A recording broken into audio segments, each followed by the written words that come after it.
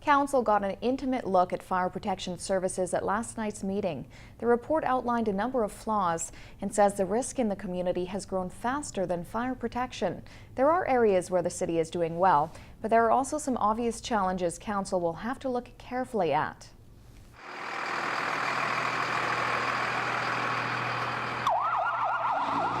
It's a service that can save a life.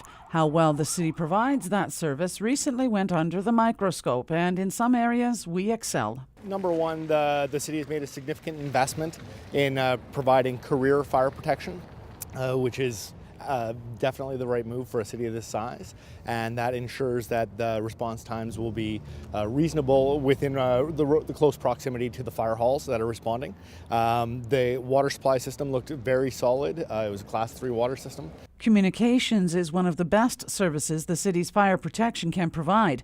Nothing from the review came as a surprise to Mayor Sherry Green. We have a very vast area as a community, and it's difficult to service 100% of the city. It just wasn't designed that way, and there are people that choose to live in a more rural environment within our city boundary that aren't serviced by fire protection, and no community can be 100% fireproof and fire safe. The different facilities and equipment were looked at as well. A large capital outlay may be required, but there's a problem with that. So when you look at what do we need for fire halls, we have 4 in the city. They all need some level of attention. Fire Hall 1 is incredibly old. It is long overdue for replacement. That's no surprise to this council and many councils prior.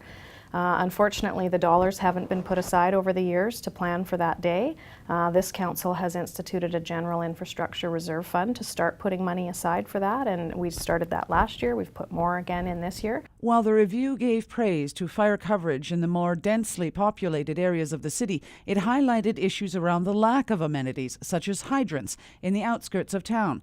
Michael Curry offered up a suggestion that may address that shortfall. For dwellings and duplexes that are within 8 kilometers of their responding fire hall, but that don't have hydrant protection, if the city wished to, they could make some investments with respect to mobile water supplies and the systems of delivering water to fires.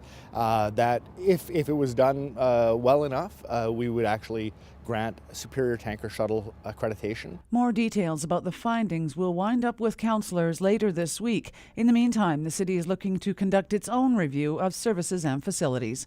Cheryl Jan, CKPG News.